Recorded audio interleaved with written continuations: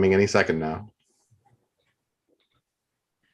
Says webinar is now streaming live on YouTube on my end. So Chris, how long did it take you to write your book?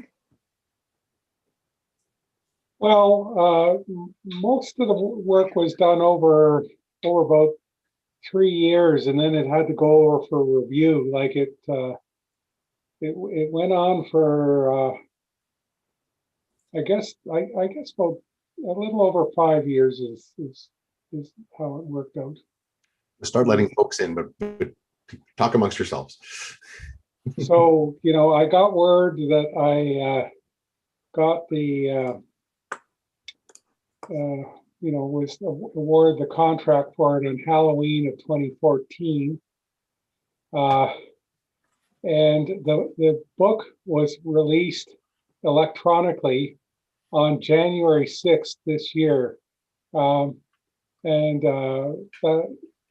another event that kind of overshadows it. But anyway, there was a little mass gathering in Washington, I think, that day. Right. And not to celebrate its release. So we're still waiting for the printed version, but I think the wheels are turning, but just a little slower than what we'd like. Mm-hmm. Will it be out by December this year? Oh God, I hope so. I hope it'll be out by Labor Day. Okay.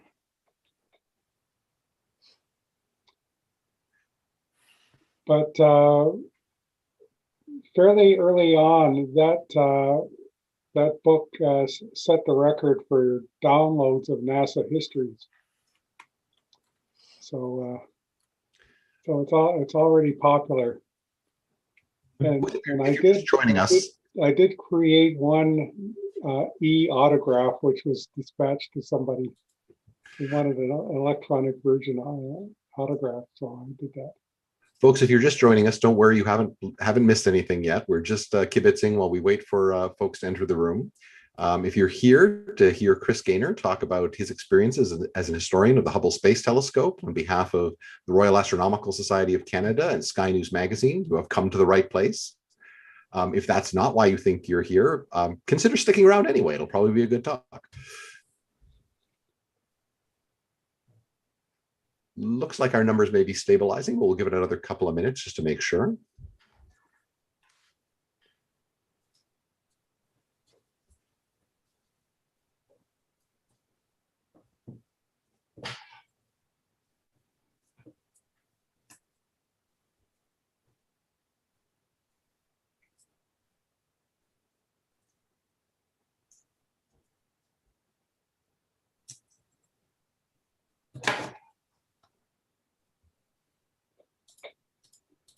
Well, as I say, the numbers look fairly stable, and we're about 3 minutes into the scheduled time, so we might as well get started. Thank you, everyone, for joining us here for the latest of our monthly History Committee sponsored and led special speakers sessions for the Royal Astronomical Society of Canada. This evening, it's being co-hosted by Sky News Magazine. So with me, I have Alendria Brunges, our editor-in-chief for Sky News. And then the usual panel of historians that run these things, Clark Muir and Chris Beckett and Randall Rosenfeld. And I'll introduce our special speaker, or rather I'll let our panelists introduce our special speaker in just a moment. I'll just go over some of the ground rules and the basics of this. We're on Zoom here, but we're also broadcasting live on YouTube. So I'd like to say hello to everyone who's watching us on YouTube. There are a couple of people there right now I can see. We will try to watch for comments being made in the YouTube channel throughout this. So if you are on YouTube, your questions can still be answered. Just post them in the YouTube thread there. For everyone else, if you could look to the bottom of your screen and see where you've got some buttons down there, there's a button that's labeled Q&A, and that's where we would ask you to type out your questions that we will be pooling throughout Chris's talk, and that Alendria will be asking him along with her own journalistic questions following this presentation. But we also have a chat function, and I'd like to encourage folks to use that to have a little bit of crosstalk if they like, both during the presentation and afterwards. We want to make this as much like being at an actual colloquium as possible. And so the chat is one of the places where you can say hi to each other. Just make sure if you do use the chat function that you have set the little blue bar at the top of the chat box correctly. It defaults to saying panelists, meaning that you're just sending your comment to the people you see on the screen here. You'll want to drag it down to say panelists and attendees, and that way you will be sending it out to everyone, like I just did. So without further ado then, I'm going to turn things over to Clark Muir, the head of our history committee, and let him introduce our special speaker for this evening. Clark, take it away. Thank you, Phil. Again, joining me, we mentioned Alendria from Sky News Magazine. Chris Beckett is a member of the History Committee, and Randall Rosenfeld is the archivist of the RASC. So it's my pleasure to introduce Chris Gaynor. Chris is a historian of technology and writer specializing in exploration and in space exploration and aeronautics. He's the author of 6 books, and his writings have appeared in various specialty publications and in Canadian newspapers. He holds a PhD in the history of technology from the University of Alberta. His latest book, Not Yet Imagined, a study of Hubble Space Telescope operations, has recently been published by the NASA History Division. Chris is also a past president of the Royal Astronomical Society of Canada and a fellow of the British Interplanetary Society. Chris currently lives in Victoria, BC, here in Canada. So without further ado, Chris, please take it away.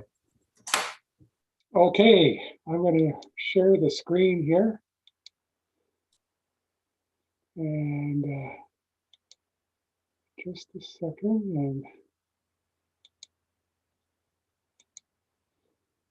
how does that look? Looks great, Chris. Okay. I also had the honor of being editor of Sky News for one issue before we found Alendria to take over. So I called myself the editor emeritus. Meaning former, and emeritus means deserves to be. So, but anyway, while I've been working on this, on my the book I'm going to be talking about on the Hubble Space Telescope, I've actually given a lot of lectures about Hubble to various society audiences, and I thought for this one I would do something a little different, where I talk about my own relationship with Hubble and how I wound up being the historian for the Hubble Space Telescope. And I'll talk a little bit about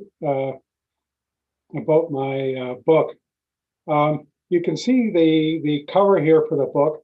It was issued in electronic form in January, and maybe somebody can put the address to access that book on the chat. I should have done it, but I forgot. And so it's available for free download. And hopefully this summer sometime, the printed versions will be available, and we'll be letting you know how to get a hold of the printed version of this book. But it's being published by the NASA History Division, which is part of the U.S. government, which means the marketing of this book will be a little different from what people are used to. But right now, the upside is that you can download it for free. Although I do notice that you can actually pay for it if you want on the Amazon site for the Kindle. Although I think it's only a couple of bucks or something like that. But you do have the option of downloading it for free from the NASA website. I guess I should start off with my talk by saying even even up to a few weeks before I got the job, I would have never really guessed that that I would be writing this particular book. But that's what happened, and I've written 6 books. A couple of them were kind of quick and dirty books, but so to speak. But the other ones have all required a lot of original research, which is a lot of fun to do. You know, you get to travel around and meet interesting people, and sometimes go to interesting events. So we'll talk a little bit about those adventures here. So the Hubble Space Telescope had been floating around as an idea, so to speak, for many years, starting immediately after World War II. And by the 1970s, there was serious lobbying going on to build it. But it actually did not become an approved program in 1977, until 1977. Now, I went, at some point when I was working on this book, I went digging around my personal archives because I knew I had written about it at some point in my undergraduate career in the 1970s. And this is what I found. I wrote a paper. I took a course at the University of BC in Vancouver, where I was an undergrad, and I wrote a paper for our geophysics and astronomy course on the space shuttle, and I wrote this about what would become Hubble. And basically, everything that I say here is wrong. It was proven wrong, and some of it was already wrong. But this was back. You can see that I wrote it on with a typewriter. No such thing as electronic word processing or personal computers. No such thing as the internet. And I went to the one of the libraries at UBC to get the latest information I could get. I was already subscribing to Spaceflight magazine, and this was the latest information I could get, which all turned out to be wrong. Of course, it wasn't launched in 1982. It was launched 8 years later. It had a different name. It would not use a television system. They were already gingerly starting to move towards a system we know is quite similar to charge coupled devices. And it's a 2.4 meter instrument rather than a 3 meter institute, or 3 meter instrument rather. And so anyway, that was not much of an auspicious start, but anyway, I did pass that course. It was actually, I actually majored in history at the time, and the geophysics and astronomy course was a course one would take to get your necessary science credits while you went on merrily with more artsy subjects. But having said that, I was already quite interested in space exploration, and had been a member of the RESC for a few years before that, although by then I've let it lapse. Fortunately, that did not last forever. So, so Hubble was built starting in 1977, and after a number of delays, which are outlined in my book, it was launched in 1990. And a couple of years, and I watched it with great interest. In fact, I videotaped the launch. I already had a VCR, and so I videotaped it, and of course that became something I used years later when I was working on the book to describe the launch, reviewing those tapes. But in 1992, a couple of years after Hubble was launched, I went to Russia, which just a few months before had been the Soviet Union, and went to a launch there and wrote about it. And I was living in Vancouver at the time, and I was contacted by a fellow who was very active in the RESC in the Vancouver Center, who you see at the bottom left, and his name was Barry Shanko. And unfortunately, he just passed away a year ago. It's a matter of great regret that I wasn't able to show him the book before that happened. But Barry was the speaker chair, and he was for many years, for nearly 30 years, for the Vancouver Center. And he wanted me to come to speak to the Vancouver Center. And then, of course, he talked me into rejoining the RESC, and I've been a member ever since. Now, Barry did a hell of a job as speaker chair. And one thing he had done on a number of occasions is that he had gotten in touch with the news director of the Space Telescope Science Institute. In other words, kind of the PR guy for Hubble. And his name was Ray Villard. So shortly after I rejoined the RESC, Barry arranged for Ray to come up and speak. And so the picture of me in the top center there, that's me with Ray years later. So Ray gave the Vancouver Center a great lecture, and a few of us had dinner with him. And he said, you know, if you're ever down in Baltimore, be sure and drop by. So as fate would have it, I was in the area a couple of years later, and Ray gave me a tour of the Space Telescope Science Institute, which was great, and I thought I would never see the thing again.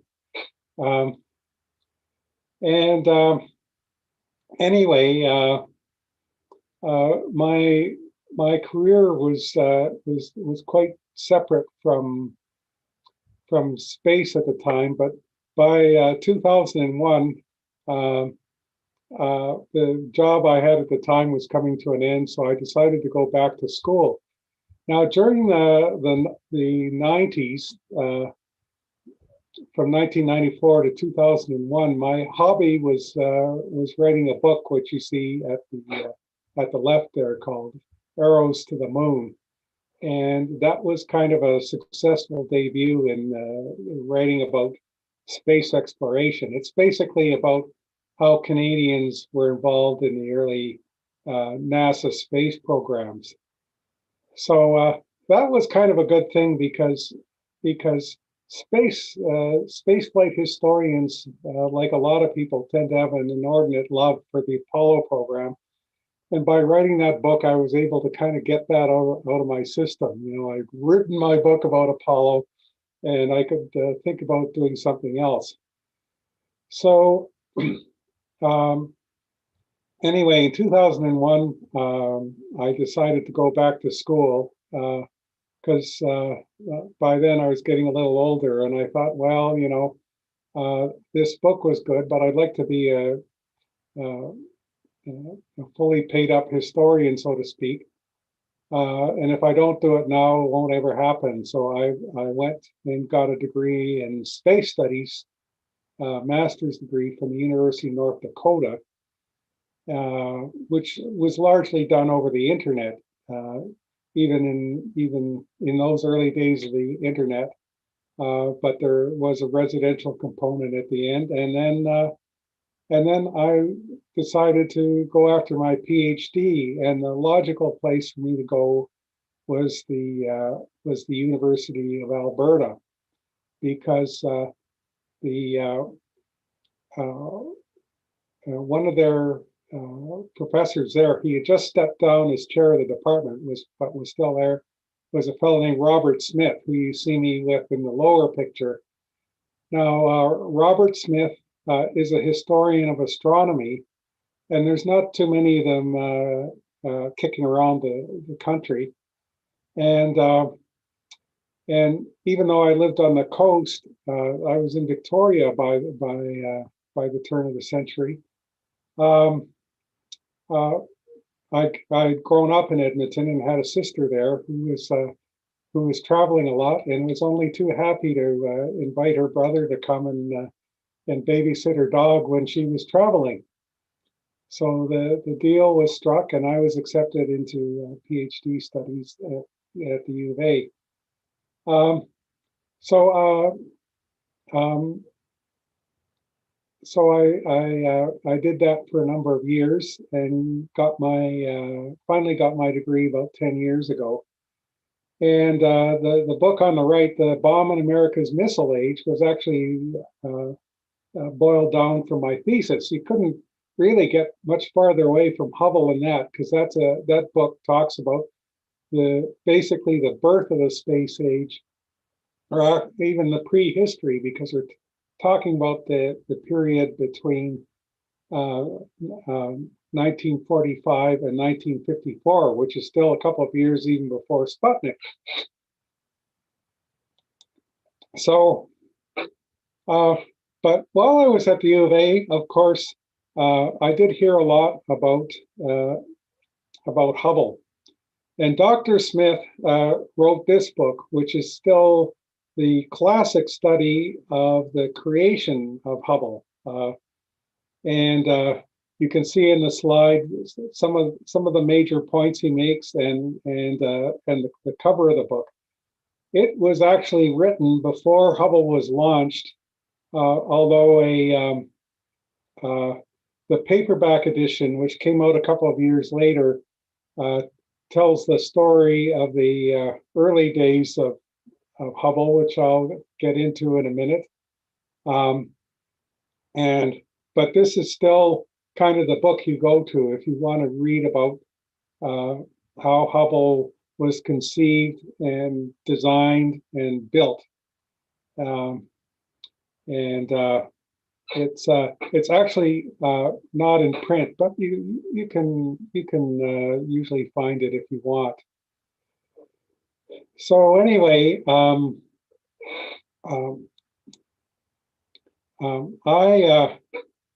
as I said, I got my degree about 10 years ago, and what that meant was that I graduated into what's most kindly, what I can most kindly call a catastrophic job market for academics. You know, the universities and the people who work in them and want to work in them were made to pay a heavy price for the economic problems that we had in 2008, even though they had nothing to do with creating them, but that's another story. So I was doing various odd jobs and things, and in 2014, I think it was, early that spring, word came around that the NASA Goddard Space Flight Center, which is where Hubble is controlled from, had put out a request for proposals for a history of Hubble operations. So by then, Hubble was nearly a quarter century old in terms of its flight time, and a lot of the people who were there in the early days weren't getting any younger. So some folks at NASA decided that they would set aside some money and look for a historian to write a book and also create an archive of of information on Hubble for future historians. So I heard about it and took one look at it and said, oh God, I can't do this. But a lot of people at the Dominion Astrophysical Observatory were encouraging me, and because we were friends, and of course I know all of them through the RASC. I can remember Astronomy Day that year, and at that point I didn't want to think about it. Now the reason I was saying no was because this job was bigger than a single person, especially with the archive involved, and also I was going to have to go through a bidding process, which is quite similar to what is used when NASA wants to build a spacecraft or buy a part for a spacecraft or for a control center. And that is not my thing, is, filling out forms and doing all this stuff that one must do with these processes.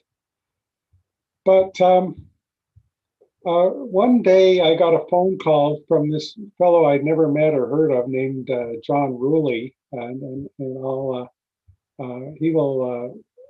have a couple of pictures of him coming up. He had gone to the same program as me at the University of North Dakota, but at a different time. And he had just graduated from it, and he'd heard about this thing and thought, gee, I'd like to work on that, but I know I can't be the lead person. So a person who had taught both of us, a fellow named Stephen Johnson, suggested he get in touch with me because he knew I was at loose ends. And John had been associated with a firm called Foresight Science and Technology. You see the logo here. And they had experience doing consulting work for NASA. So anyway, we talked about it, and all of a sudden we had the recipe.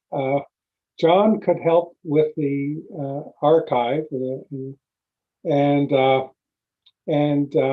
Foresight could handle all the bureaucracy that frightened me, and I could write the book. So we competed for the job, and there was a number of other people who competed for it, I might add. But I wound up being chosen, and I found out about it on Halloween 2014. And I think what stood me in good stead is that I was known in the spaceflight history community because of my previous books. And I researched them with the NASA History Office and also with folks at the National Air and Space Museum. They have a lot of historians there who write a lot of books and have a lot, they kind of know what's going on with spaceflight history. I later talked to some people. So why did you choose me? Because I'm not even an American. And they said, well, you actually written some books, and so we know you can do it. And I think some of the competition had some excellent credentials, but they hadn't actually written books. And sometimes writing a book is easier said than done. But anyway, I got the contract. So you're probably wondering about these pictures here. So when I got the contract, or it was announced that I was going to get it, I went into my basement and said, well, what Hubble stuff do I have lying around the house? So this is a picture of what I found kicking around the house. A few books I had, some stamps from my collection. My friend Barry, who I talked about, had given me that great big schematic of Hubble. And I think Ray Villard had given me that poster of the Horsehead Nebula. And of course, Hubble was an early star of IMAX. So that was going to help me get a pretty good start. But I was going to assemble a library of books on Hubble, which is considerably bigger now. So a few weeks after, we negotiated the contract, and then I went down to Baltimore just to quickly meet some of the people involved in the project. So the photo there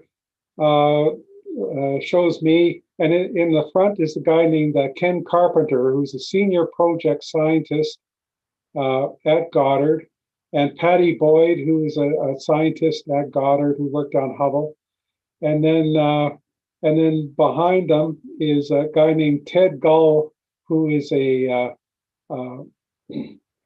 he's an astronomer at Goddard who's done a lot of work on various things and was kind of part of the little group that organized the competition.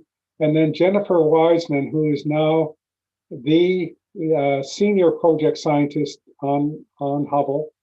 And then at the right is a guy named Jim Gilletic, who is the deputy program manager. And he was kind of the guy I had to sort of account for everything.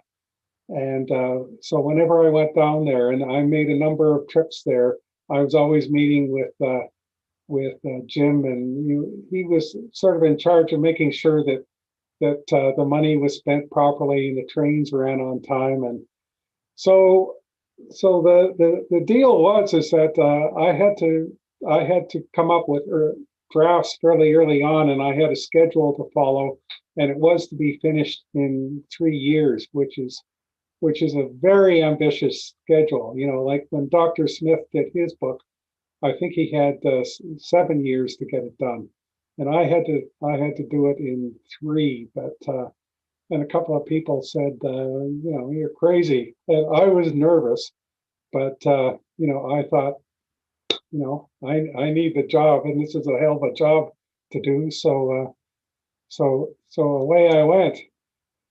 So the next 3 years, there was a lot of travel, going to meetings of the American Astronomical Society, usually a couple of trips a year to the Baltimore, Washington area, and where I would be interviewing people, but also to other places. I went to Colorado, California, Florida.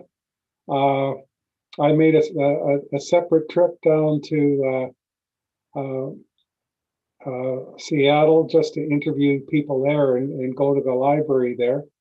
When I was in Toronto for RASC meetings, I snuck over to MDA to talk to some people about their role in Hubble, which was there was a time when they were thinking of having a robotic repair mission sent up to Hubble. And that robot would have been built by MDA. Now it didn't happen, but anyway, I went to talk to them about that. So some of the pictures here show various aspects of my work. There was this is one of many lectures I went to at the Space Telescope Science Institute. I went there for the 25th anniversary celebrations, and at least I was able to introduce myself to a lot of people. I interviewed some there. Others I interviewed on later trips, but going there for the 25th anniversary was a good way to soak up some information about what was going on and meet people. Now you see a fellow with a photo stand there. That's John Rooley, who I was working with, and he joined me for some of the trips. So he was photographing documents, copying documents for the archive. And that was a lot of my work too, that I would copy documents so that we could put them into an electronic archive that's supposed to be available online. It's in the form for that, but it still hasn't been put online yet. And that's sort of one little thing we have to work on. And we also, every interview I did and taped, sometimes it was wiser to maybe go with somebody where there were liquid refreshments available, and they might be a little forthcoming. But we taped a lot of interviews and videotaped a few interviews, which are all going in the archive. And you can see at the bottom left, I'm interviewing Dr. Sandra Faber, who is one of the top astronomers in the United States. And she played quite a key role in the early recovery of Hubble from some of its problems. I got to meet all sorts of incredible people who worked for Hubble, or were involved in it, including several astronauts. There were also some documents I came across. During the early problems with Hubble, one of the opticians at Goddard, who unfortunately passed away before I started on the book, had written a set of journals, I think a dozen journals. And so I brought them, John copied them all, so they'll be all in the archive, available electronically, but I brought them home with me, and they were sitting about 10 feet from me for a couple of years while I worked on the book. And then I brought them back to Goddard, where they were put into the archive. And you can see me with Holly McIntyre giving her back.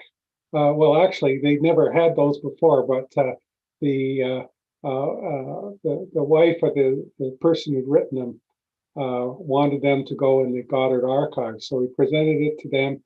And Holly is now the chief archivist for NASA. So anyway, it was always lots of fun meeting lots of great people and hunting around for documents, going to libraries. It's a lot of hard work, and some of it involves a great deal of tedium, but there's also lots of fun, and you get to go to interesting places and maybe have a few good meals and drinks along the way.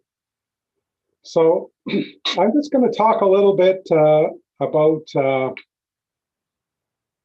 some of the themes in my book. Now, my book basically picks up where Dr. Smith's book finishes off, although I do have quite a lengthy chapter explaining the creation of Hubble and the construction of Hubble, particularly as it applies to the operations of Hubble, because, for example, they had to set up a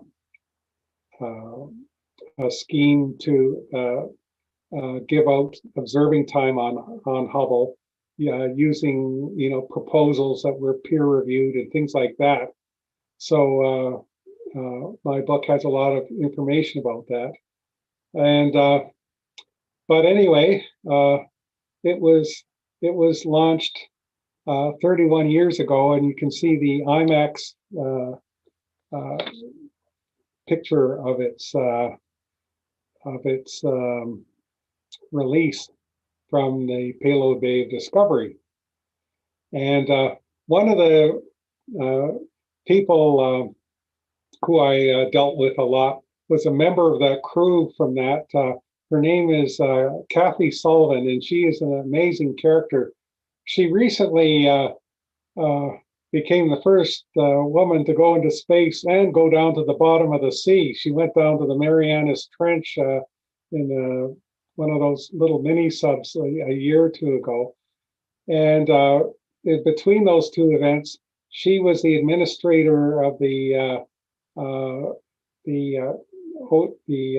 Oceanic and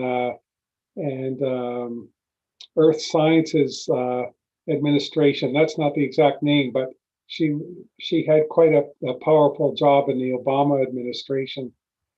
And she was telling me about how the crew of that shuttle prepared the way for future spacewalks to service and repair Hubble. The interesting thing is that they almost had to go out themselves because one of the solar panels didn't unfurl. And so they actually, Kathy Sullivan and Bruce McCandless, who was her spacewalking mate, were actually stuck down in the airlock of Discovery when Hubble was deployed, because at the last second they figured out how to unfurl the solar wing, and so they didn't have to go out. But they did do a lot of work in preparing the servicing of Hubble. So Hubble is an amazing story because, and this is one of the big reasons, the inconceivable happened. Once, a few weeks after it was launched into space, it was discovered that this 2.4 meter mirror, which is bigger than any mirror in Canada, I might add, was precisely ground to the wrong shape. And it took people a number of weeks to actually accept that this had happened. And then they had to announce this to the world, that this $1.5 billion telescope was screwed up. And the result was, as somebody put it, it was a public relations cruise through hell. And,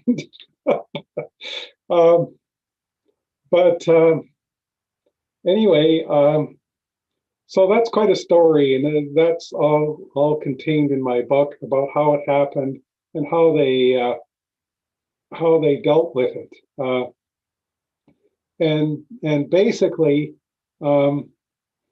Hubble became a byword for failure in the United States. There's this movie called Naked Gun 2.5, with Leslie Nielsen in it, and there's this. It was a comedy, and there's a scene where he goes into this. He's just been dropped by this woman he was interested in. So he goes to drown his sorrows in a restaurant where they have all these disasters like the Hindenburg and the Edsel and various other things. But one of them was the Hubble, and of Titanic, of course. And so it was awful. Now, fortunately for some of those people, Saddam Hussein invaded Kuwait a few weeks later and took Hubble off the front page. And they were able to go to work and figure out how to overcome this problem. Basically, it involved putting in new instruments inside Hubble that contained mirrors that corrected for the error on the Great Big Mirror. So they could, in the first servicing mission, they replaced the camera with a new one. Unfortunately, there was a new camera being built already, and then they took out one of the other instruments and just put in a new instrument, which had equipment to help the other instruments overcome this issue. And with time, as all the instruments were replaced, they all had these mirrors built inside them. So that instrument that was installed in the first servicing mission was eventually taken out. And so within a few years, Hubble became a byword for American success and technological prowess. And often people forget that it had once been this symbol of failure. Now, that servicing mission didn't happen for another 3 years, and even with the defect in the mirror unrepaired, Hubble was still superior to anything on the ground, so it was able to do some science. So that's a big part of the story of the book, and that's one of the things that makes it so great, because it's a kind of a story of redemption. And you might have noticed that the book is called Not Yet Imagined, and that's kind of a comment about the scientific discoveries that were made, which are not really contemplated and were surprising in many cases, but also that nobody had imagined that they were going to have to do this to get this telescope to work. So a big part of the story of Hubble is all these servicing missions. There was the deployment mission, and then 5 servicing missions to Hubble. And each of those missions is different from each other. There was I think servicing one of the servicing missions was quite dramatic because Hubble was very close to failing. Its gyroscopes, which it uses to point itself, were about to fail, and it was just kind of sitting there, and so they had to get the mission up. The 4th servicing mission was actually, or the servicing mission 5, servicing mission 4, which is actually the 5th servicing mission, was canceled after the Columbia disaster, and there was a major lobbying campaign to get it going. So that's quite a story in and of itself. So that is a major part of the Hubble story. So the Hubble telescope of today is actually quite a different thing from what was launched in 1990. That it's kind of on its 3rd set of instruments now. And here's a list of all the different instruments that have been on board Hubble and when they were on board. And you can see here at the top, you can see let's see, I'm just checking. No, that's the one at the bottom is the advanced camera for surveys, which I think is still on board. And it's much more powerful than the early cameras that were on board. And then the picture at the top is actually the CoStar, which was the instrument that dealt with the Muir problems on Hubble. So the story of Hubble, of course, is not just about that particular spacecraft, that particular satellite. There's a whole lot of people on the ground who are running it all the time. It's the control center is at the Goddard Space Flight Center, which I've mentioned a few times before, and the program is managed there. And also the instruments, before they were taken down to the Cape and launched up to Hubble, they were all tested at Goddard. So it plays a big role in the story. So Goddard is in the suburbs of Washington, D.C. in Greenbelt, Maryland. And a little less than an hour away by car is the Space Telescope Science Institute at Johns Hopkins in Baltimore. And that's where the most of the scientific work on Hubble is done. Although, as you might have noticed, there are scientists who work on Hubble who actually work at Goddard, and they do their own research, but they also kind of act as go-betweens between the scientific community, the folks at the Institute, and also and the engineers who keep Hubble going. The Space Telescope Science Institute is kind of an academic institution in and of itself.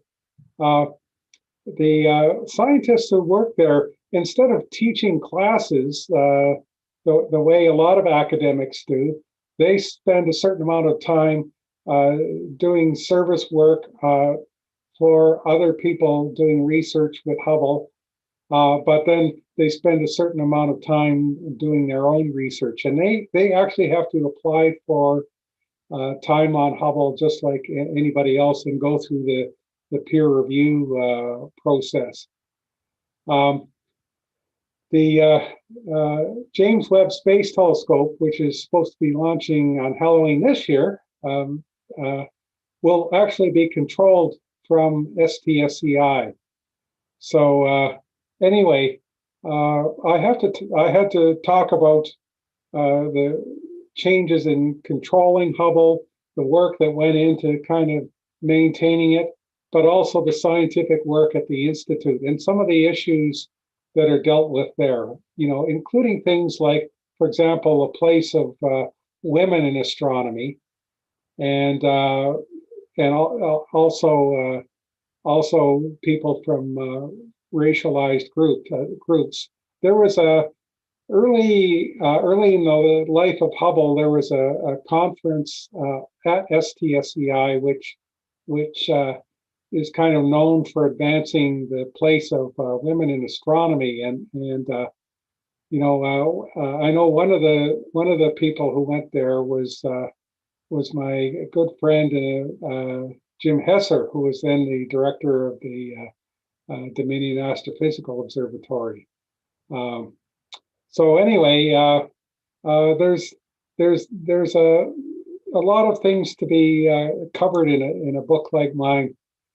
So yes, I spent a lot of time at both those places, at the Institute and at Goddard. And I just want to show you a couple of places I went to at Goddard. At the bottom there, you can see my friend John Rooley outside one of the oldest buildings at Goddard from the late 50s, and it's now where the Hubble Control Center is and where the Hubble management is in building number 3. Now the control of Hubble has become so automated that it can actually be more or less done using smartphones. Although whenever there's any issues or problems that have to be dealt with, of course they go into the control room. And this proved to be very handy when the pandemic broke out and people had to work from home. Actually, I did get one mention of the pandemic in that context in the book. So it gets the 31, or at least the first 30 years of Hubble. Now, you see at the top there, at the top left, kind of maybe an ordinary looking office building with a bunch of cars in front of it. That's called Building 34, AKA the Exploration Sciences Building. And when I was on campus at Hubble, I was assigned an office there. And I would say that would be one of the coolest places you could ever ask to work, because this building is where you find offices of all sorts of scientists involved in all sorts of great projects. You go around the corner and all of a sudden you'll see all these posters of Mars and realize that there's all these people working on Mars landers and orbiters. And then, on the next floor, there's people working on Hubble and JWST. There's at least one Nobel laureate who has an office in this place. And then you see models of Hubble cameras and spacecraft that have gone to various places, space telescopes of various kinds. It's just, it's just an incredible place. And I'm sure you've never heard of it, but it was, I sort of had to pinch myself, I'm getting paid to do this, Now, next to that, you see a picture of these old computer monitors there. Well, those things are still in use, and that was one of the favorite things I saw in my visits to Goddard, because when Hubble was launched, the first computer it had on board was very primitive, even by the standards of the day. In its first upgrade, they installed a computer with a blazing 386 chip in it. Anybody remember 386 chips?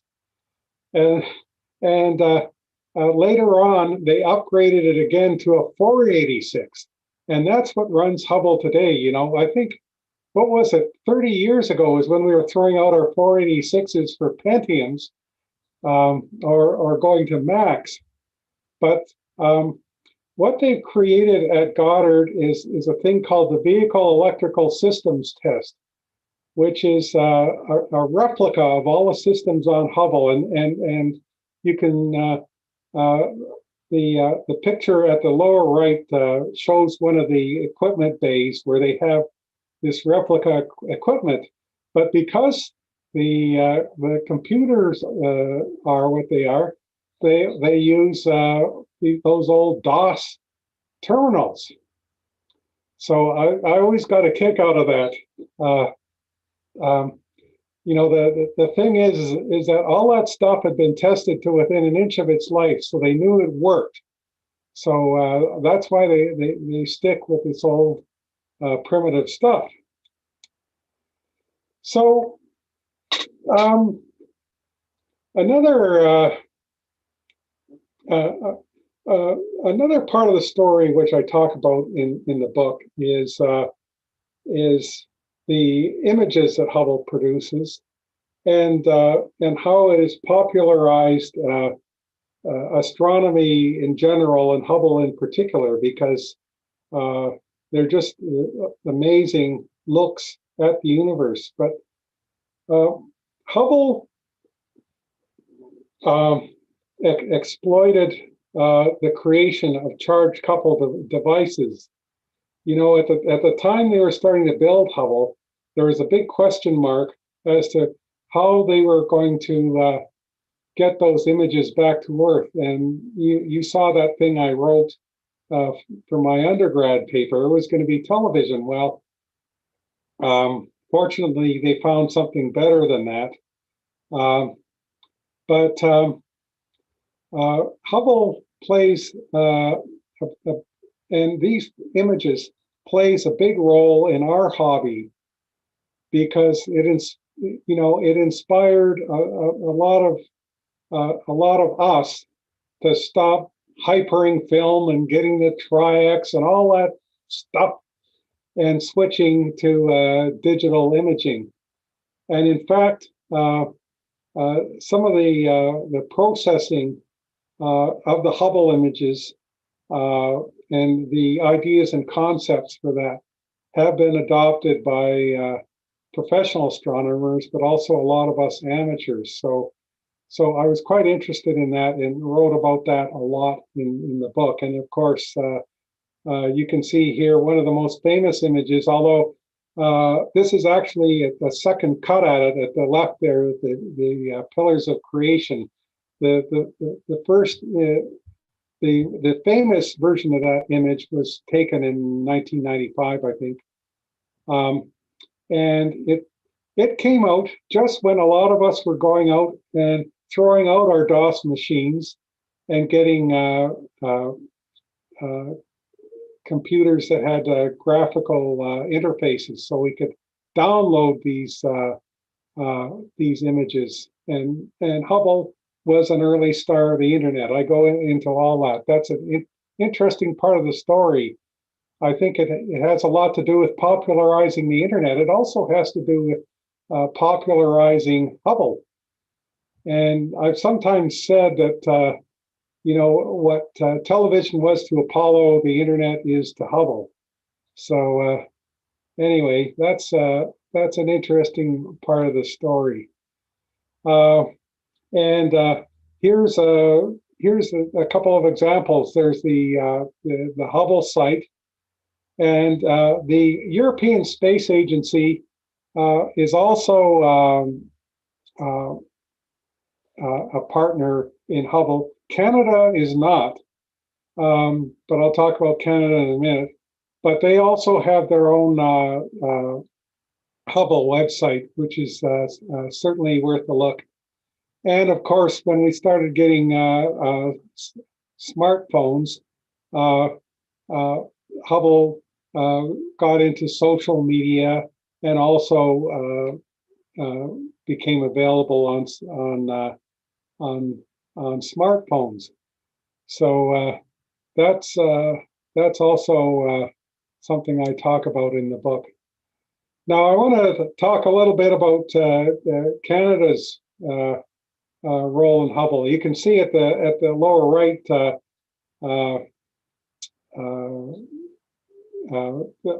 the pictures I had of these people were all with me, so it's not because I like seeing pictures of myself. But anyway, these are some of the Canadians involved, and of course, Jim Hesser, as one of the top astronomers in the country in the first quarter century of Hubble's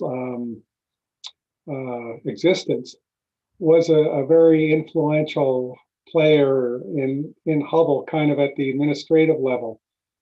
And a couple of other people right in the lower center is John Hutchings, who's up at the DAO, and he's one of Canada's outstanding space astronomers. And actually, the very first formal interview I did was with John. All I had to do was get in my car and drive up, a 15-minute drive from where I'm sitting right now. And I was up at the DAO talking to him. He was involved in, he's done a fair bit of work on Hubble, and did a lot of. Was also in charge of one of the major user committees for Hubble in the early days, so he was able to share a lot of information with me. At the top left is Dennis Crabtree, and he was acting director for a while after Jim stepped down, but that isn't why he's here. This goes back to 1994, and I was talking about my friend Barry Shanko in Vancouver, and he didn't have a car, and I did, and he wanted to visit the DAO, which I had never visited up to that point in my life, and he wanted to go and do a little story for Nova, the newsletter at the Vancouver Centre, about the Canadian Astronomy Data Centre. And it was run by a fellow named Dennis Crabtree. So I thought, well, this is fun. I had a couple of days off to burn off. So in 1994, I paid my first visit to the DAO and met Dennis Crabtree, and he told us all about Canada's role in Hubble. Now, Canada wasn't a formal partner in Hubble. It is in the James Webb Space Telescope, as we will soon be hearing a lot about. But the Canadian Astronomy Data Centre was one of the first groups set up to deal with archiving electronic images, and I understand has played a big role in the creation of the internet in Canada. But in the early days of Hubble, the Space Telescope Institute was charged with archiving the data from Hubble and making it available to astronomers. And the Europeans were also involved because they set up their own archive in Europe. It was originally in Germany, and now it's in Spain. But the people at the CADC were able to provide so much help that that all the data that comes down from Hubble is located in a third location, and that's at the DAO in Victoria, almost within walking distance of where I am now. And so we went and met Dennis there. I only talked a little bit about this in the book, but I hope perhaps in the future to do some more research on that. But that is the Canadian role in Hubble. Now in the middle, you see me at an RESC meeting. I think it's an RESC meeting with a woman named Laura Ferrarese, who is a former president of Casca. I think she was president when that picture was taken. She's been the director of the Gemini telescope for a couple of years, but although she just did a limited term there, she's on staff at the DAO. But before that, she was a Hubble Fellow, which is one of their academic programs at the Space Telescope Institute for promising astronomers. And she is one of the top astronomers in this country. And she was a big help to me. She would occasionally turn up at the Institute when I was there, and we'd, of course, hang out together because we knew each other.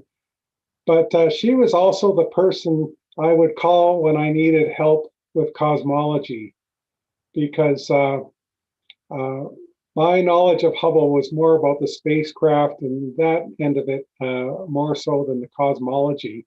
And to write knowledgeably about it, I needed to talk to people who could set me right, and she helped me a lot. So anyway, you can see the web page for the Canadian Astronomy Data Center. I've also put there the web page for the main archive for Hubble, which is called the Mikulski Archive for Space Telescopes. And they actually have, if you look at the list on the right side, you can see it also has imagery and data from other space telescopes and sky surveys, and those are open to the public. There's a bit of a learning curve, but if you're interested in looking at Hubble data, it's available. And as I said, right here in Victoria was where they got a lot of help in making that available. So I would argue that this is probably the most important image that Hubble took, and this is a big part of my book. This is the Hubble Deep Field, and the second director of the Space Telescope Science Institute decided to devote basically a couple of weeks of Hubble time. Not a 30-second exposure, but 300 hours or something like that. And just aimed at a very empty part of the sky in Ursa Major to see what they would find. And eminent astronomers told him that it was a waste of time and a waste of resources. But there were indications that they might find something. And so since the director of the Space Telescope Science Institute has a certain amount of time that he can just give away as he wants, although he has to account to the community for it, he went ahead and had this image taken, and so this was actually almost everything except for a couple of things with spikes that you see there, which are stars. Everything else is a galaxy, and many of them are very far away and very early in the history of the universe, and that was one of the most important events in the scientific history of Hubble up to now. And it was also a big deal on the internet. A lot of people, including yours truly, I think that was the first Hubble image that we ever downloaded. But another thing about this is that most of the data from Hubble, as I said, astronomers could make a proposal and be awarded time, and then they had exclusive rights to it for a year, and then it would be available publicly on the archive there. This data were made available as soon as it was processed, within 2 weeks of it coming down from Hubble. And this is a major step in making information free. So anyway, that's something else that I talk about in the book.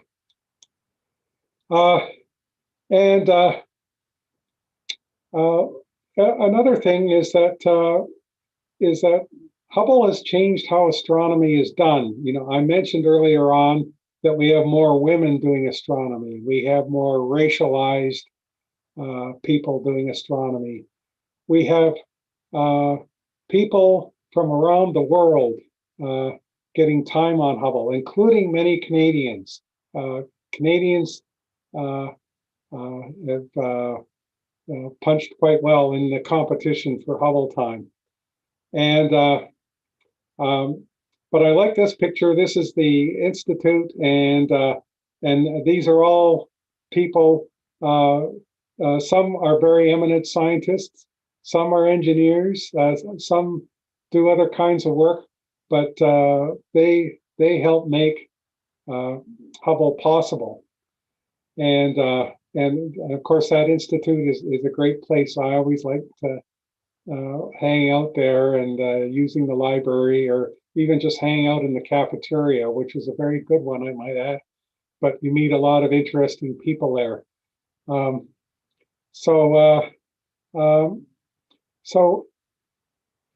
Astronomy today is more of a team pursuit.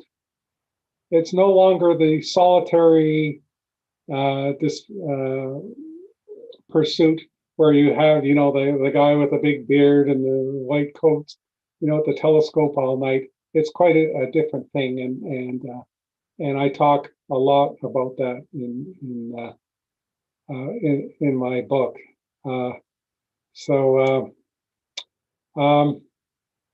Just briefly here, Hubble was part of these great observatories. The Compton Gamma Ray Observatory, the Chandra X-ray Observatory, which is still going. Hubble is still going, and the Spitzer Space Telescope, which operated in the infrared. It was actually just finally retired during the, I think in January, if my memory serves me right. And so these allow for images to be taken in all sorts of different wavelengths. You know, the optical wavelength, which we know and love, is a very narrow part, and Hubble operates in optical wavelengths in near infrared and sort of in the ultraviolet that are close to optical wavelengths. And today, images are being created of the same objects, but using data from all of these instruments, actually some other space telescopes that are going up. And we're talking now about a second generation of great observatories. So here, we're just a few months away now, in theory anyway, from the launch of the James Webb Space Telescope, which is going to be quite a different instrument from Hubble. It's operating in the infrared.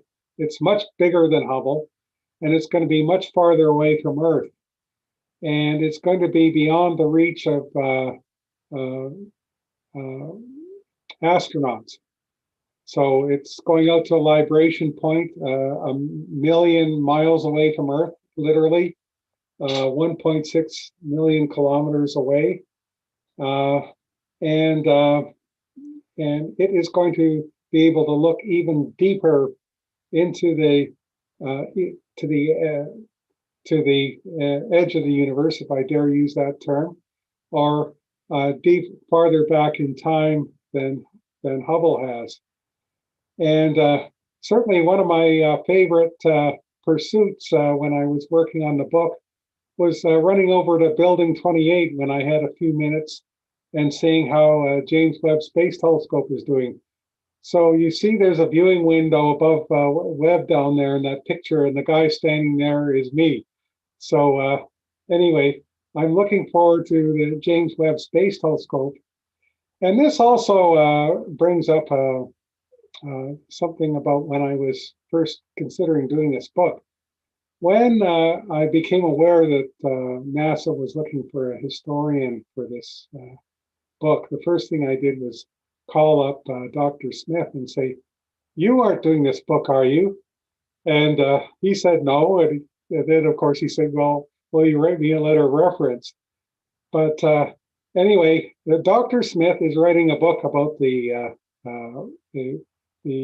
creation of JWST, which I think is even a more tangled tale than that of Hubble.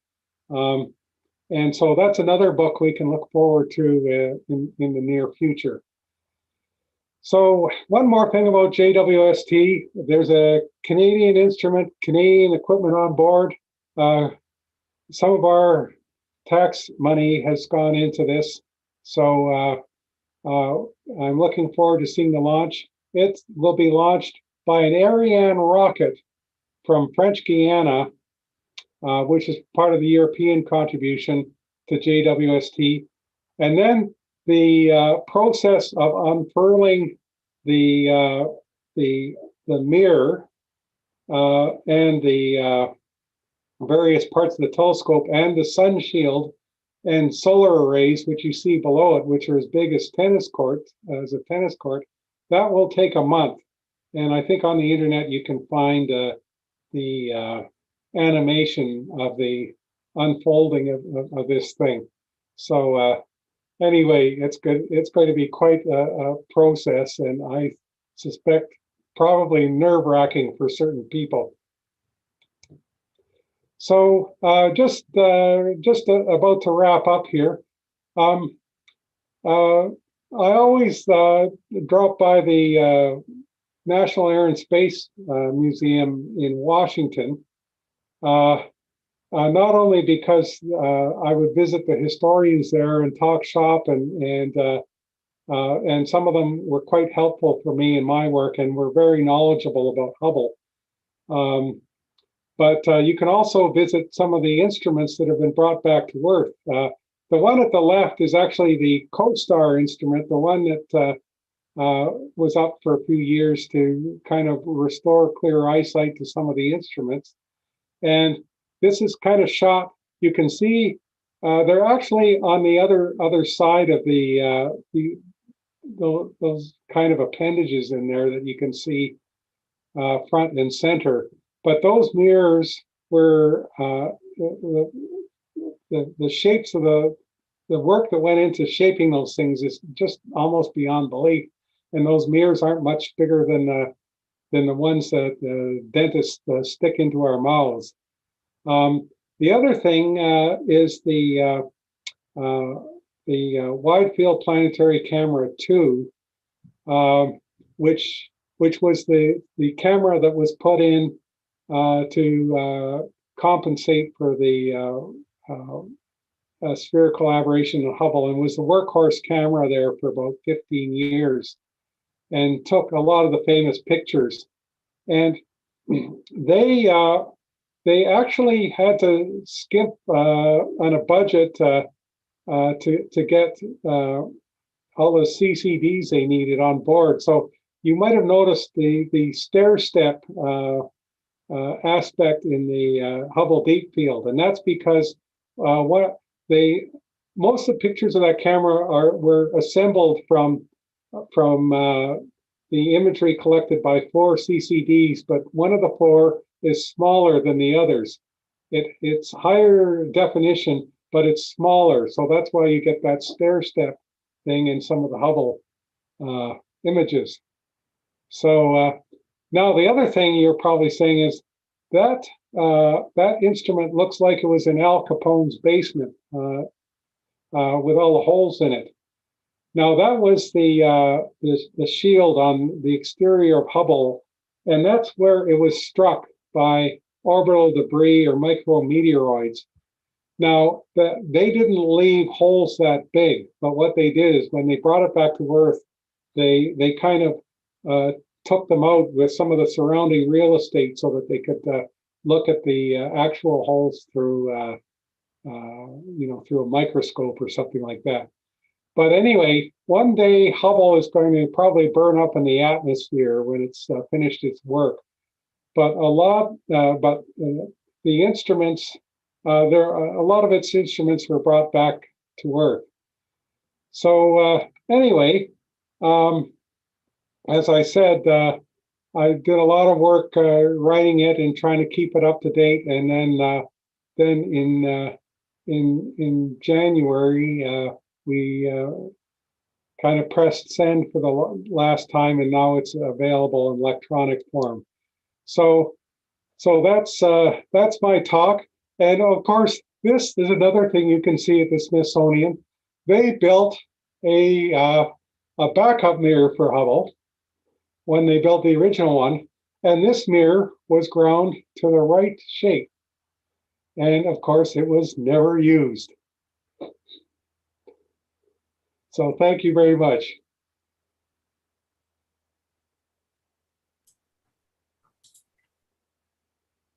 Hey, thanks, Chris. That was a fascinating discussion. I don't see any questions in the Q&A, so I don't know if anyone, if you're in the audience and you want to ask one, please do so. I would like to ask if Chris or Randall have anything to ask Chris Gaynor. I've got a few questions kind of set up as well too. Okay. So, but yeah, Chris and Randall. Sure. Chris, as we all know, books are a certain size and you can't stuff everything in there. Well, some people have tried. So could you tell us about, I gotta say what isn't in the book, but no, it's not stated right. What did you have in the book originally that you decided to drop and that you may be sorry that you did? Is there anything? Well, I can't say I dropped anything in this because the deadlines I had were so tight that that I didn't have the luxury of just doing a lot of writing and thinking, well, I can cut it down later. But actually, I'm glad you asked that question because there's one little bit, and it's very timely to bring it up now. I have a very brief section in the book about the time amateur astronomers were allowed time, or were given time on Hubble. It's just a couple of pages in the book. And while later on in the process, I was, John Rooley and I got some information from one of them, which was quite helpful. But I'd already written that section, so I didn't go back and add that to what I had. I talked to a couple of people, and I just thought it would be out of proportion if I added more to the book. So what I did is, and this is one of the things I did during the pandemic, was I went and hunted up that information we got from a guy, his name was George Lewicki, and I've written a longer version of that section of the book, and it is being published in the June JRASC, which has just come out.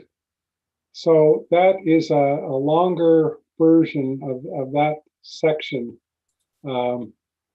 that's being made available to RASC members. If you check the Sky News check the Sky News site, and the blurb about this talk has got a link to that article. Thanks to Andrea. And there it is in the chat. One final question. What was the biggest surprise? Stuff you didn't expect, but that just you ended up, that emerged from your work on this, on the Hubble.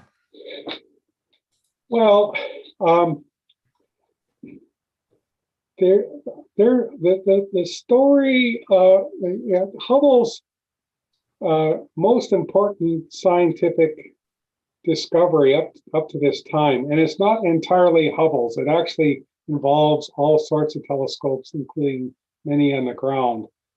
But it was that the expansion of the universe was quite different from what people expected. Most astronomers 30 years ago thought, well, the universe is expanding, but the rate of expansion is slowing down. And thanks to a series of observations, many of them involving Hubble, they discovered to their astonishment that the rate of expansion is actually accelerating. And this brings us into things like dark energy and other things like that. And this was an astonishing discovery. And this is another reason behind the title of my book.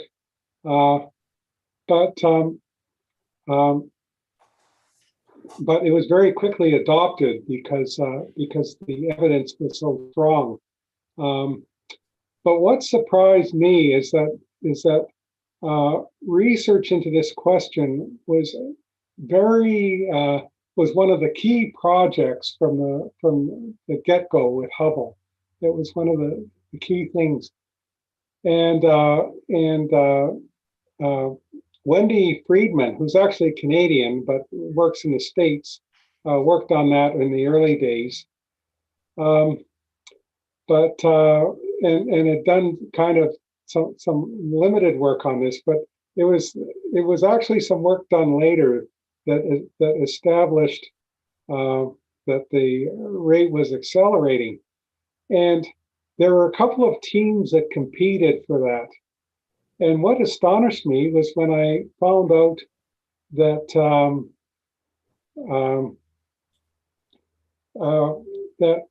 when they first asked for time on Hubble to do this work, they were turned down. and I was just stunned. But anyway, I explained that in the book, and actually the director of Hubble gave them some time on Hubble to do that work. So that story is in the book. But I remember,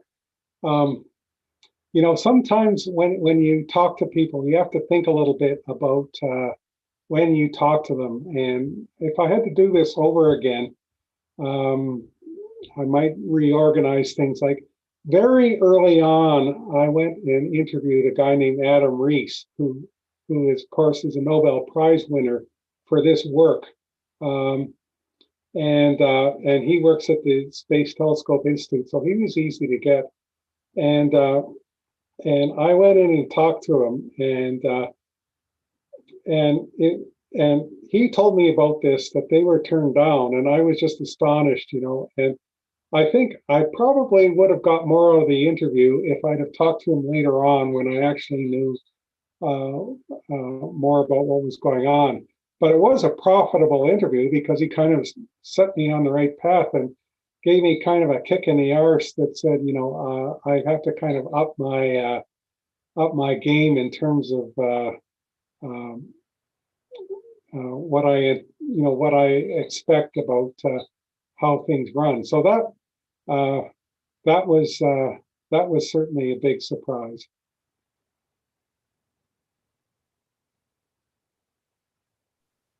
Okay, there are a few questions in the chat, so I can read a couple of them to you. Okay, sure. I don't have the chat up here, but I can put it up here. That's okay.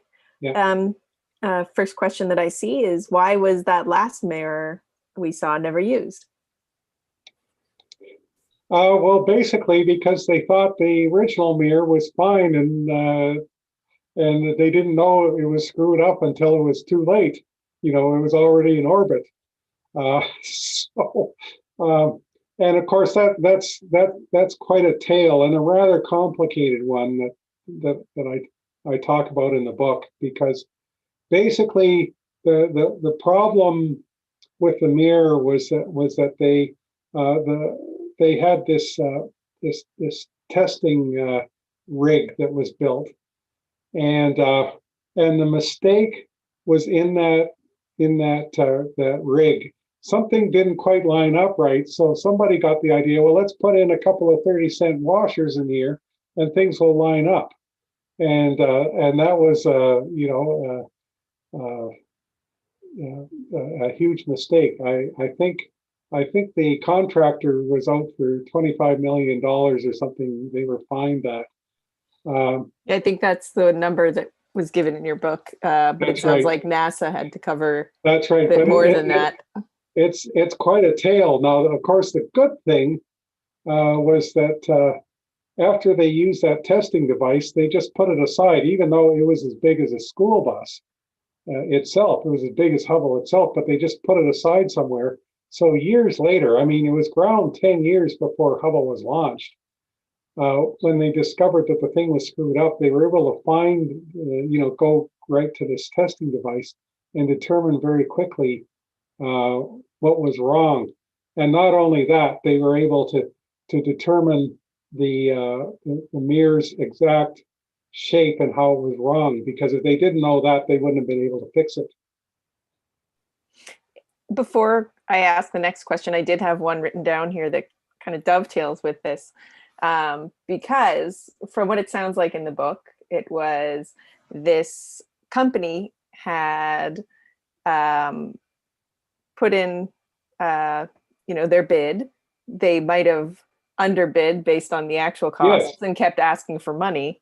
And then eventually, I believe it was NASA said no more. And so there was a company involved, and this company was cutting corners. This yes.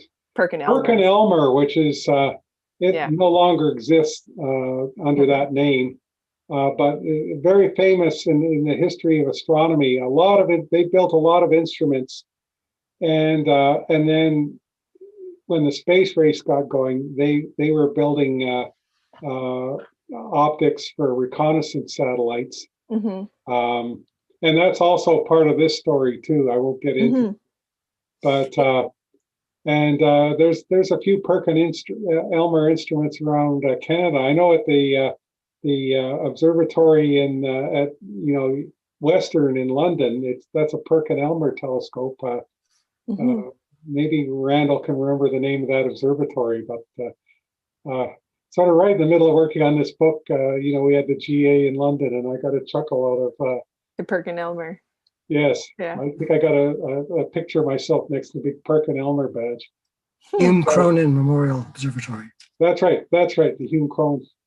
But yes, the company bid overly aggressively on the contract, and that was part of the problem. Yeah, and so with Hubble as an example, I mean, you also mentioned this a couple of times.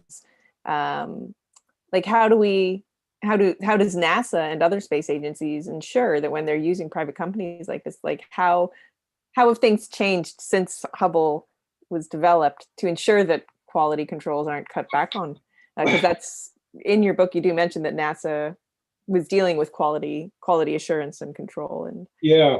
Well, they always have had quality control, and like they did have NASA people on site, but in that case there was a couple of factors. Because Hubble is a kissing cousin to reconnaissance satellites, and Lockheed, which built Hubble, was building it kind of in the same place they were building reconnaissance satellites, high security things. Like that generation of satellites that are similar to Hubble is still classified. So whatever I say about Hubble being related to those telescopes, it's more speculation than anything. Anyway, the security authorities, the defense people, basically prevailed on NASA to not have as much oversight, because they didn't want outsiders running around their plants. So that was part of the problem. The NASA people were not as qualified in optics as they could have been. So I think they slipped. But when they're building things like human spacecraft or things where people's lives are on the line, they've always had a higher degree of on-site oversight than they did in this case. But I think after that they've been more careful. Mm-hmm. Bob here has a question, and it goes back to the backup mirror. Could the Hubble backup mirror be used for a ground-based telescope? Seems like a waste not to take advantage of such a mirror. Yeah, I don't know. That's a good question. I don't know. The main mirror was built by Perkin-Elmer, and actually the backup mirror there was made by Kodak. But anyway, it's sitting in the Smithsonian, and I don't know if there's been any study into that question. I didn't go chasing after that. Mm-hmm. Going back a little bit to Randall's question earlier, there was a few things. If I'd have been given more time to work on that book, there was a few more avenues in that part of the book that I might have been able to spend more time chasing down. But sometimes you just sort of had to look around and just decide, how much more time am I going to spend on this, and is this going to get in the way of me meeting the deadline for the book? Mm-hmm. I had a question about, because you've talked about the Hubble deep field images, and one of the words that you used was that it, in the book anyway, that it democratized astronomy. Yes. I was just wondering if you could talk a little bit more about how Hubble kind of brought, like you mentioned about how the internet kind of, people were able to download images from the internet, and that increased access, but how did it democratize it? Yeah, well, if you were getting data from Hubble, say in the early years, and let's say you were sitting over here at the DAO or UVic or U of T or wherever, you would get a tape in the mail, or a few years later a DVD, and then it became available on the internet. So today you just get an email with a link saying, here's where you download your data. And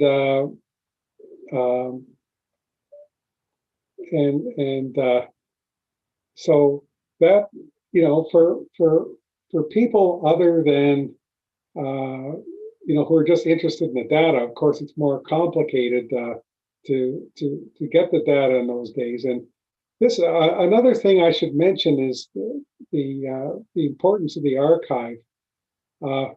There's actually more research and more papers and things like that come out of the Hubble archive now than come out of Hubble, because people can go in the archive. Oh, somebody else looked at this thing that I wanted to check out, and actually that's part of the story of the expansion of the universe. Adam Rees went digging around in some data for something else, and found something that really nailed down what he was looking for. So that's part of it. But the simple idea, which I mentioned in my talk, that the data for the deep field was free to everybody from the moment it was processed.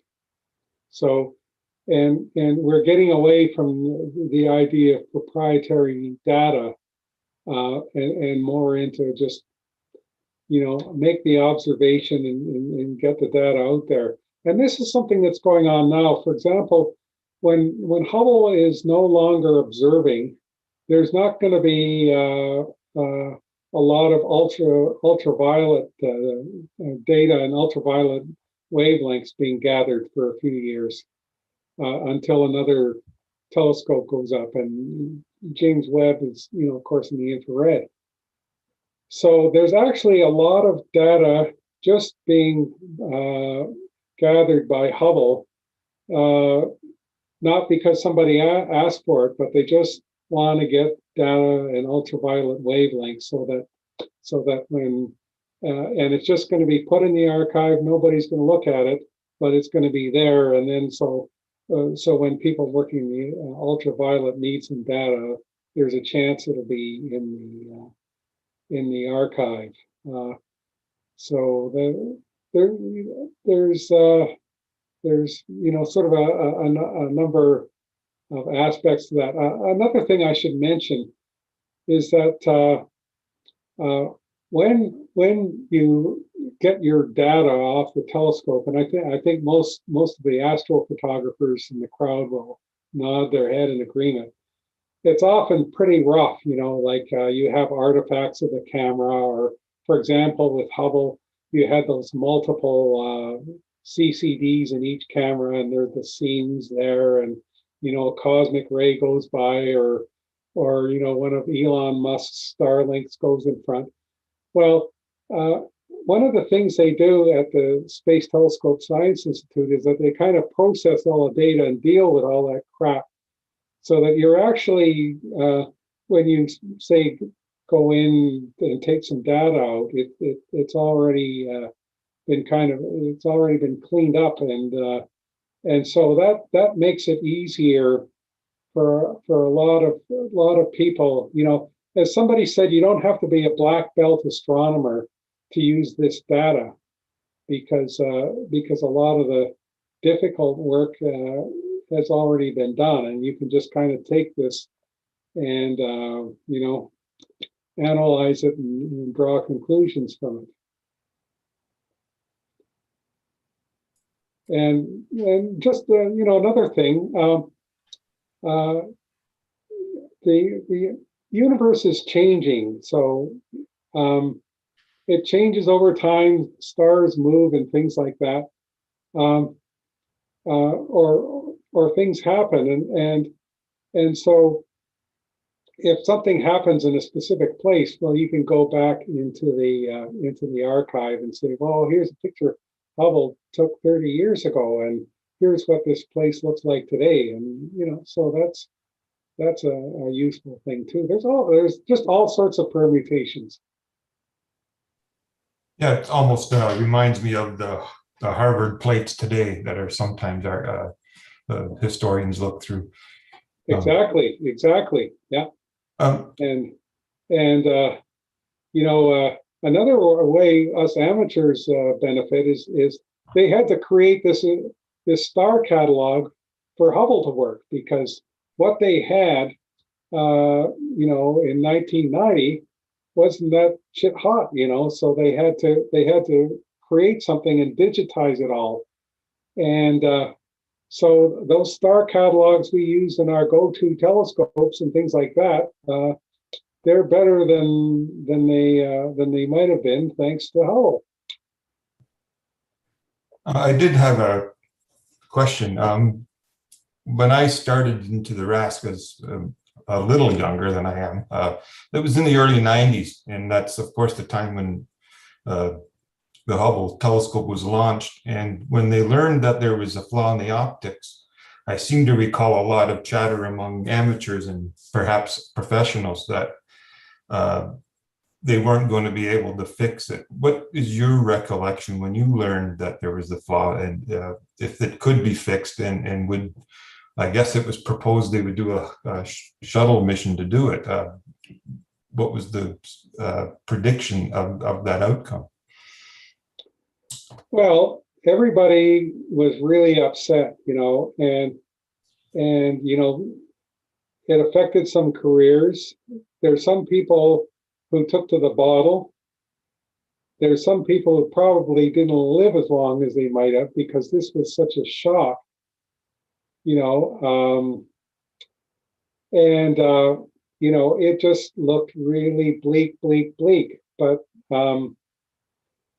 But basically, the day they announced this, which was within 36, 72 hours of them finding out, or finally realizing that this was the problem,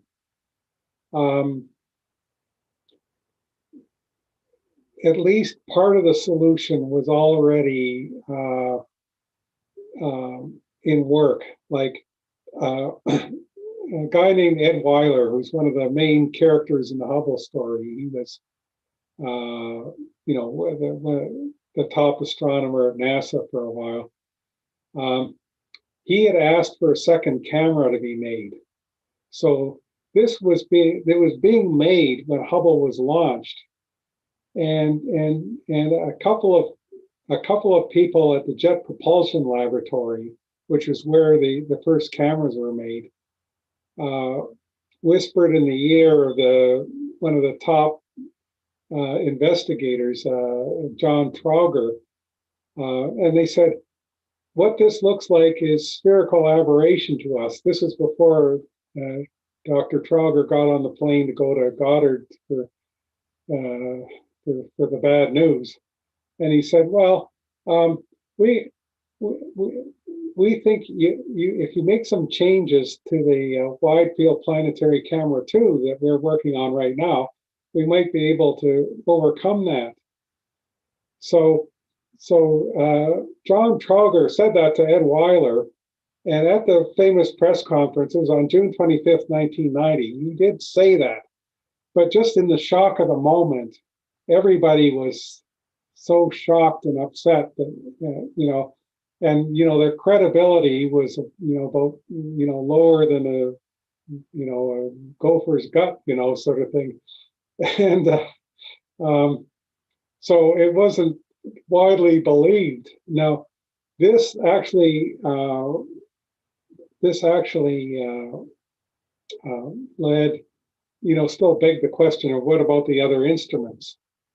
And the creation of the co-star actually took a while. That's kind of a story in and of itself, which of course I talk about. But the story of the co-star is so good that sometimes there was this great TV show about Hubble, on one of its anniversaries, and of course it talks about that, but it only talks,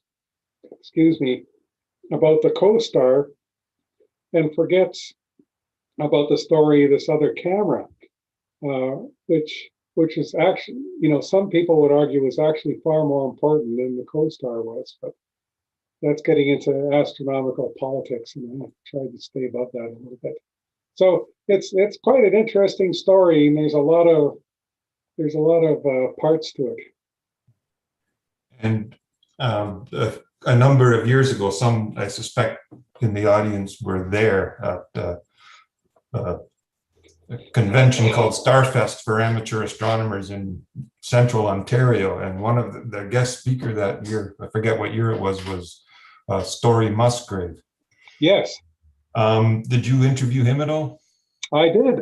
I went out. He lives in Orlando, Florida, so I went down and interviewed him, and yes, he is quite an amazing character in a lot of ways.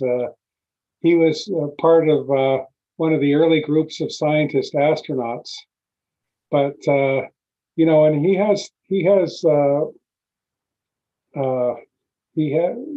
has all sorts of degrees, like he's a medical doctor. I think he's got a degree in philosophy. He's a qualified mechanic.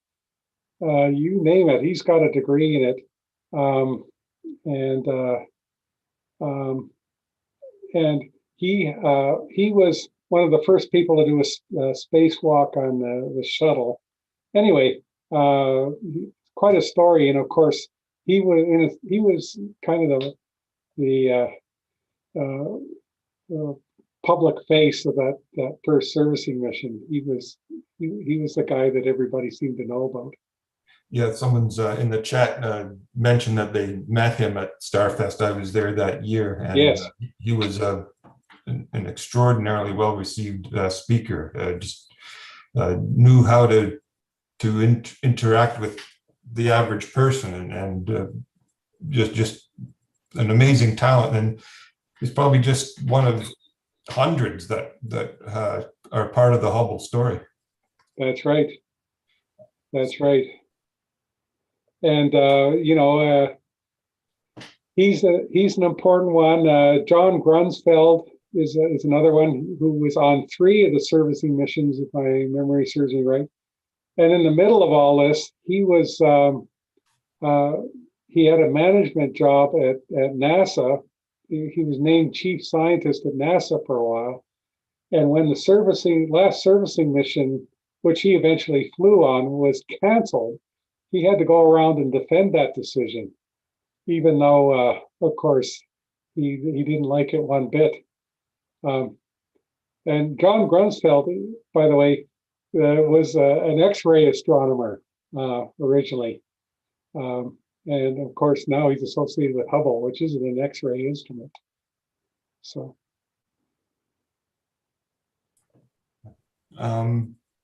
There are a couple of technical questions. I see one in the Q&A and one in the chat box. We might want to just toss your way. One of the questions is, how is the data protected? And I think they mean in terms of being legally preserved.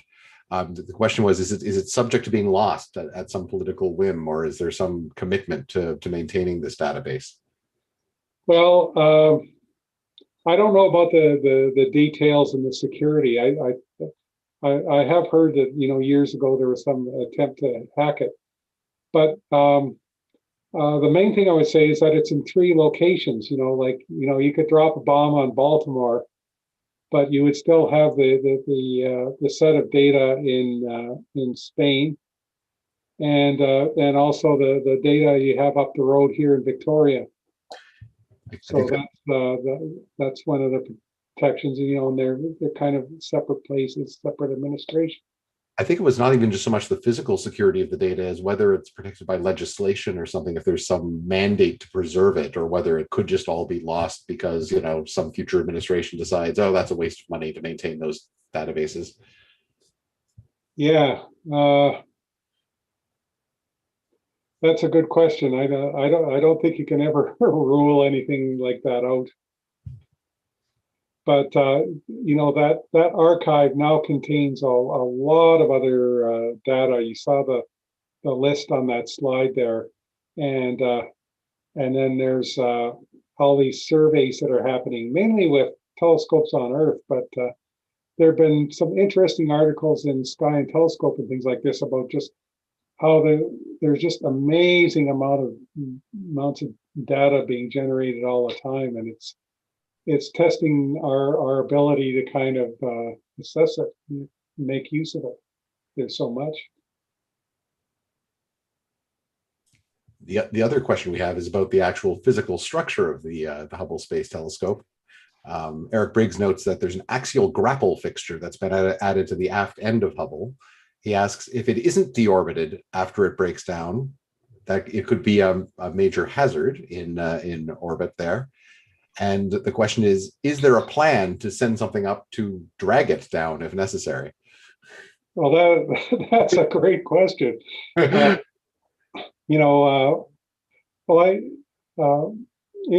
on, I showed you a picture of me with a bunch of people, including Jim Gillette, who's the deputy manager. And so what are you guys going to do? And he said, well, it's the law that we have to either have a controlled reentry or kick it up into a higher parking orbit. And so I said, well, is the spacecraft sitting ready to go? And he said, no, they don't have anything. But they basically think that they will have time to prepare something that could do that. Hubble is still going. The thing that's the main worry is its gyroscopes failing, because they all had failed before. Now they, on the last servicing mission, which is now 11 or 12 years ago, 12 years ago now, they installed some improved gyroscopes and three, it's very complicated. Two of them weren't improved and they've conked out. And one of the other four has conked out, but they still have three going. Now, at this point, after any other servicing mission, Hubble would be dead. But these things are really champs. But they will break down one day. What they want is to get 2 years of Hubble operation in tandem with JWST. But you know, if it keeps on going longer, I'm sure they'll run it longer. They think it wouldn't be re-entering until the 2030s sometime. So they still have some time to come up with some spacecraft. But yeah, they have that grapple fixture that it can dock to. So yes, that's an interesting question, because Hubble is as big as a school bus, and there are some parts that would probably survive re-entry. The odds are that even if nothing was done, even if it just came in at random, it would wind up in the ocean somewhere. And Hubble's, just in case anybody wonders, the inclination of Hubble's orbit is only 28 degrees, so it poses no threat to Canada at all. Okay, I remind everyone we're getting close to the 2-hour mark, which has happened before with other speakers, so we might have to just wrap it up.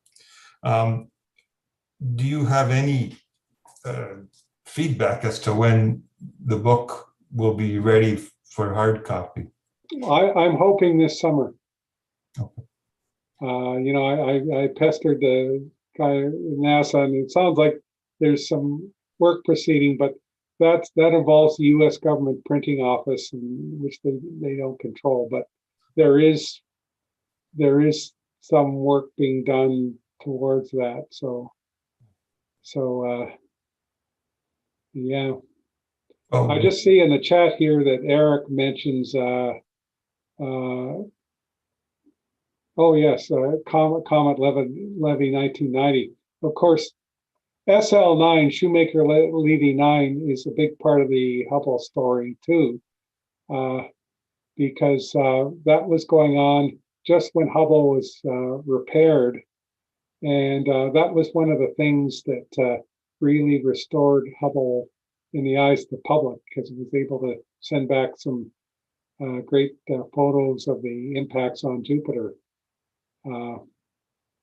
that year. Of course, a lot of us were, including yours truly, were able to see those marks with our own telescopes. But anyway, yeah, that was another highlight of Starfest in a different year. Was hearing David Levy tell his story about that. That's right. That's right. So yes, his name is mentioned in the book. They had the week of SL9, they had live press conferences at the Space Telescope Science Institute. It was a little different because usually, you know, the institute could just put out stuff when they felt like it, and but before that, you know, you would have an event, say with a flyby, you know, Voyager flying by Saturn or something like that. And so everybody would assemble for an event that they would cover. And Ray Villard, who I talked about, the news director, who's still there, I just was corresponding with him the other day, told me this story about how he went to JPL for one of the encounters, and the press said, "Oh, you're never going to have to worry about a crowd like this because you won't have a big event like this flyby." And then, of course, 4 or 5 years later, after the last Voyager flyby, we have SL9, and and the media was all there at the Institute to see the first images from Hubble. And it was shown live on CNN when Heidi Hamel came running upstairs with the printout of the image of the impact on Jupiter. Hey, anything else? Maybe we should leave it there. But yeah, there's a million stories, and yeah, I could go for another hour probably. Well, thanks very much for sharing your stories. And once again, we look forward to, if some of us have read it, I'm sure, and others are going to. So we appreciate you coming out. You're in Victoria right now? I am in Victoria, yes, and I'm a proud member of the Victoria Centre. Okay, so you probably still have, you got some daylight out there still. That's right, it's still bright, there's still sunlight, and but thanks to the pandemic, the mainland is cut off from us. So we never say we're cut off from the mainland. Yeah. Okay. The Vast History Committee has been doing these monthly for, I think this is our 7th one. We'll probably take a hiatus in June as we prepare for the General Assembly, which is late June. But we'll hope to have something, another guest in July and August as well. So thanks everybody for coming out, and a special thanks to our guest speaker, Chris. Randall and Chris, thanks for your input. They're our regular panelists. And Alendria, thanks to you and Sky News for also helping out tonight. So I should wish everybody good night, and thanks for coming out. On the shameless plug end of this, I'll just finish by saying everyone come to the General Assembly. Here's the website. Good night, everyone.